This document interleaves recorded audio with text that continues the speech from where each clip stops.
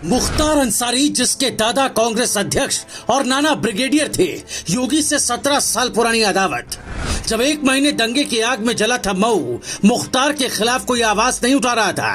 संसद में रोए थे योगी। कभी कराया था योगी के काफिले पर हमला, बाबा बने सीएम तो डर से भाग गया था पंजाब। अब हुआ खुलासा। कभी जिन माफियाओं के डर से यूपी में जाने से डरते थे व्यापारी, आज उसी उत्तर प्रदेश में कदम रखते ही कांपने लगते हैं बड़े बड़े डॉन।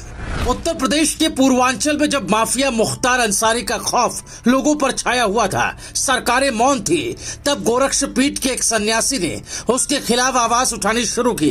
वो सन्यासी कोई और नहीं, गोरक्षपीठाधीश्वर और मौजूदा सीएम योगी आदित्यनाथ हैं। उन्होंने उस समय सांसद होते हुए इस माफिया के साम्राज्य को चुनौती दी थी। लेकिन हुकूमत अगर माफिया का हुक्म बजाने लगे और गोदी में बैठाकर उसे पाले पोसे अन्याय के खिलाफ आवाज उठाने वाले को कुचलने का चक्रव्यूह रचने लगे, तो मजबूर होकर जनता का नुमाइंदा फपक ही पड़ता है। पिछले कुछ समय से महोदय राजनीतिक विद्वेष के तहत मुझे जिस प्रकार से राजनीतिक पूर्वाग्रह का शिकार बनाया जा रहा है, मैं केवल आपसे अनुरोध करने के लिए आया हूं, क्या मैं इस सदन का सदस्य हूं या नहीं हूं, और क्या यह सदन मुझे संरक्षण दे पाएगा या नहीं दे पाएगा।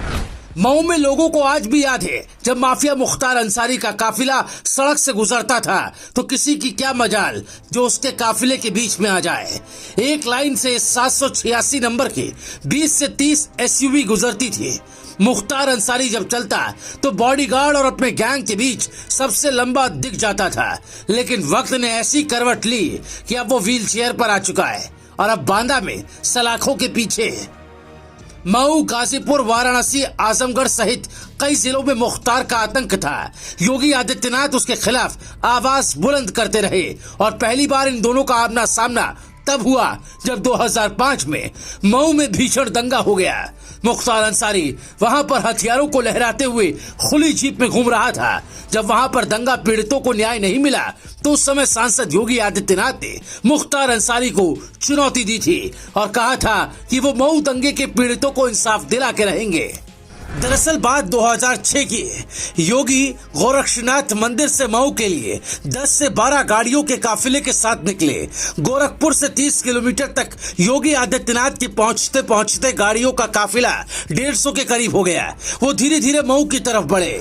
तब न यूपी में बीजेपी की सरकार थी और न ही कोई पैठ, तो योगी आदित्यनाथ को गोरखपुर और मऊ के बॉर्डर दोहरी घाट में ही रोक दिया गया था, जिसके बाद योगी आदित्यनाथ वापस आ गए।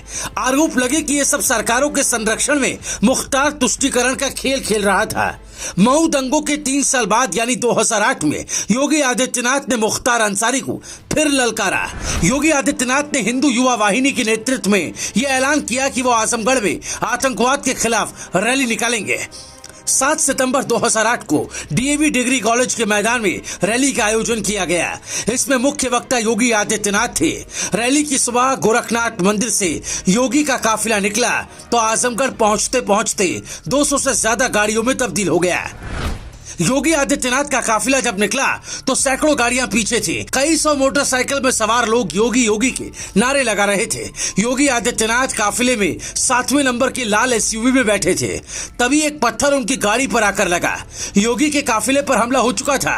हमला सुनियोजित था। उस वक्त योगी ने यह संकेत दे दिया कि हमला मुख्तार अंसारी ने करवाया है।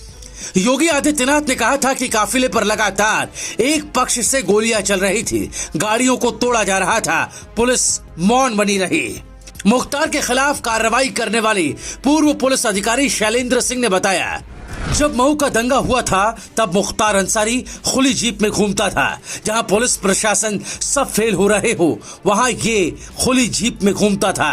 उस समय योगी आदित्यनाथ गोरखपुर से वहां दौरा करने के लिए आ रहे थे, क्योंकि एक तरफ कार्रवाई हो रही थी तो योगी के काफिले पर बम फेंका गया जान से मारने के लिए। संयोग था कि उन्होंने गाड़ी बदल दी थी, नहीं तो बहुत बड़ा हादसा हो जाता।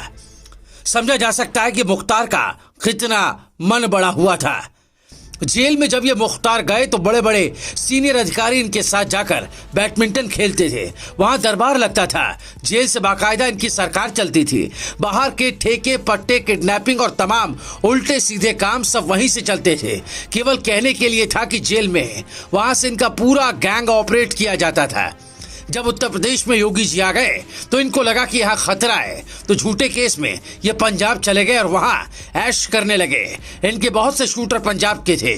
तो इन सब बातों से साफ होता है कि मुख्तार अंसारी को पिछली सरकारों का किस तरह से संरक्षण हासिल था और उन्हीं के पालने पोसने से इसकी हिमाकत इतनी हो गई कि इसने योगी के काफिले पर भी जानलेवा हमला करवाया। लेकिन योगी आदित्यनाथ जब सीएम नहीं थे वो तब भी मुख्तार अंसारी के अत्याचार और उसके अन्याय के खिलाफ आवाज उठाते रहे और इसकी हिम्मत उन्हें मिली गोरक्षपीठ से। वही गोरक्षपीठ जो अन्याय के खिलाफ हमेशा आवाज उठाती रही। इसके पीठाधीश्वरों ने हमेशा समाज के कल्याण का काम किया। इस पीठ के पीठाधीश्वरों ने अंग्रेजों से लोहा लिया तो राम मंदिर निर्माण के लिए जेल की सैर की है, पर न्याय के लिए कभी डिगे नहीं। और इसी परंपरा को योगी आदित्यनाथ ने भी आगे बढ़ाया। जब वो सांसद थे तब भी झुके नहीं और आज जब वो मुख्यमंत्री हैं तब भी माफियाओं को कानून का ही पाठ पढ़ा रहे हैं। Bureau report, news live TV.